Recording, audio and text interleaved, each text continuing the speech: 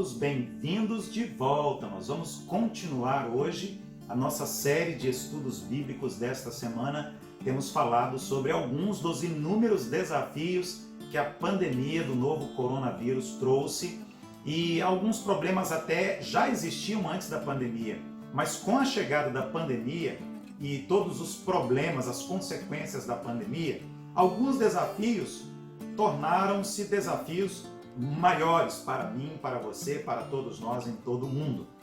O problema que nós vamos abordar hoje, durante os próximos minutos, é o problema do neopaganismo.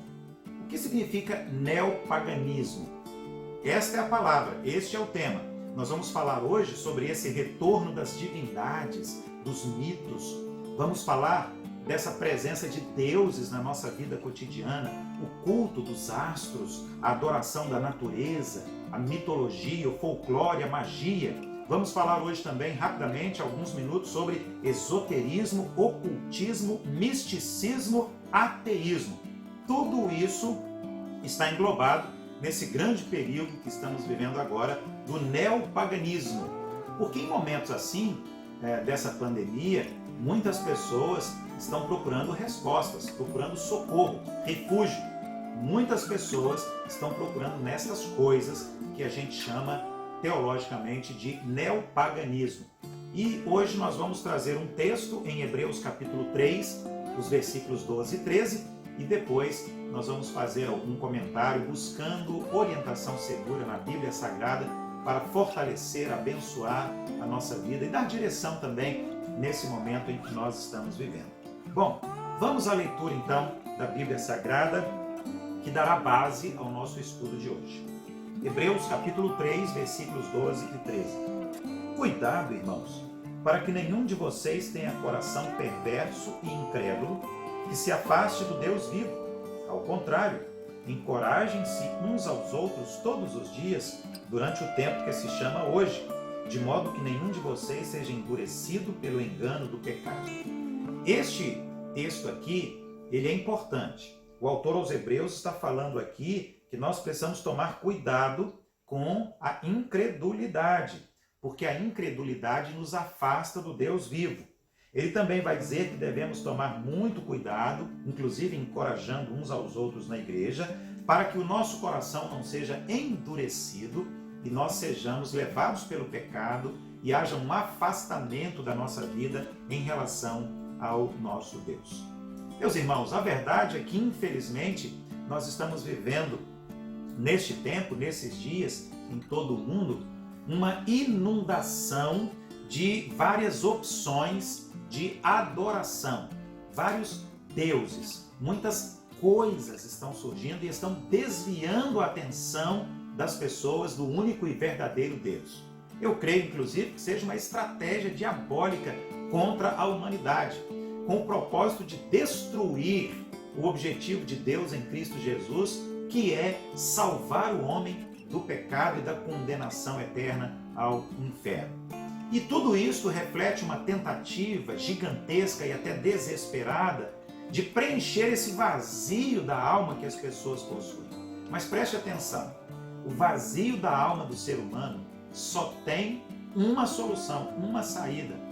Não há outra alternativa senão a pessoa do Senhor Jesus Cristo, o Messias, o Cristo ungido de Deus, que veio a este mundo para a nossa salvação eterna. Então não adianta procurar nesse neopaganismo que está invadindo o planeta, porque não há outro caminho. Há somente um caminho para Deus, que é o Senhor Jesus. Então, nessa busca pelo divino, nessa busca enlouquecida pelo espiritual, muitas pessoas entram por caminhos equivocados, aquilo que a Bíblia vai chamar de caminho de morte. Muitas pessoas estão dando passos largos em direção ao inferno, porque estão se distanciando de Deus, ao invés de buscarem a Deus e se aproximarem de Deus. A questão do neopaganismo é grave, porque trata-se de uma estratégia de Satanás para levar o pensamento do homem, o coração do homem para as trevas, mantendo as pessoas cegas espiritualmente. A pessoa não consegue ver a verdade, a pessoa não consegue enxergar a verdade, a pessoa vive a mentira e, naturalmente, que isso a conduzirá para a perdição eterna. Por isso que hoje, quando nós observamos o mundo, nós lemos nos noticiários, estudamos nos livros de história, de teologia, existem aí milhares e milhares de seitas, heresias, filosofias humanas e religiões que são falsas. Esta expressão religiões falsas eu quero explicar rapidamente aqui. A palavra religião no original, ela vem do latim e significa religar o homem a Deus. Então uma religião falsa é aquela que não consegue religar o homem a Deus. E há muitas religiões falsas hoje, muitas manifestações religiosas, espirituais, divinas, entre aspas, que estão a serviço do inimigo e não a serviço de Deus. Ouça o que eu li recentemente a este respeito. Eu anotei aqui para compartilhar com você. Abre aspas. A televisão está mais a serviço de Satanás do que nunca.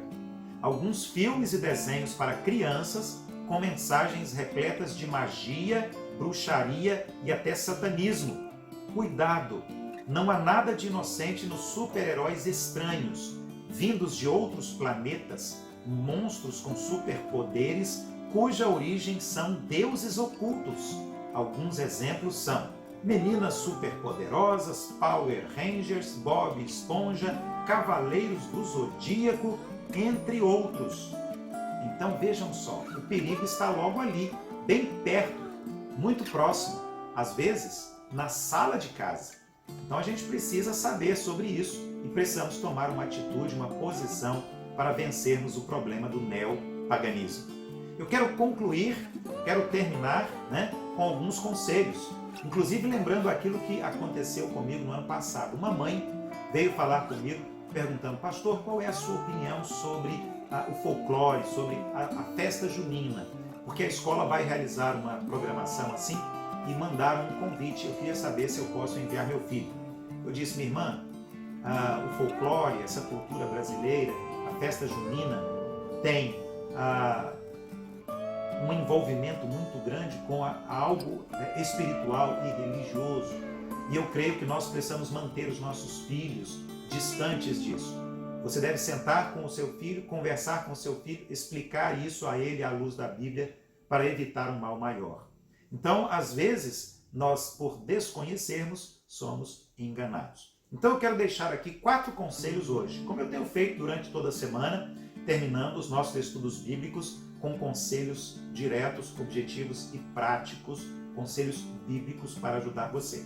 Então, para vencer o neopaganismo, nós não devemos ser fanáticos ou paranoicos, mas é claro, a Bíblia diz com muita clareza que nós precisamos observar todas as manifestações religiosas e espirituais à luz das Escrituras Sagradas, para que nós possamos seguir ao Senhor e apenas fazer aquilo que é a sua vontade. Não seja fanático, não seja paranoico, mas esteja atento, ore e peça a Deus sabedoria para lidar com essas novidades que são as religiões pagãs que estão de volta, que estão surgindo em todo o mundo. Em segundo lugar, lembre-se sempre que nada dessas coisas possui poder sobre a vida do verdadeiro salvo.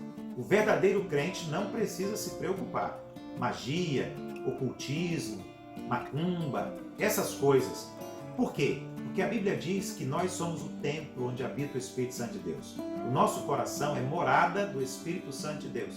Jesus Cristo é o nosso Senhor. Então, não se preocupe com nada dessas coisas, porque nada disso possui poder sobre a vida dos verdadeiros crentes. Em terceiro lugar, outro conselho: busque o Senhor, busque sabedoria em Deus para identificar qualquer coisa que possa prejudicar a sua fé. A fé genuína, autêntica e verdadeira, a fé em Jesus Cristo, o Senhor. E em quarto e último lugar, dê sempre prioridade a Deus, através da oração, através da leitura, do estudo e da meditação da Palavra de Deus, da Bíblia Sagrada, através dos cânticos, dos hinos de louvor, de adoração, através do serviço cristão, através da igreja. Amanhã nós vamos continuar a nossa série de estudos bíblicos, falando esta semana sobre alguns dos muitos desafios da pandemia. Conto com a sua presença e a sua participação. Até amanhã, se Deus quiser.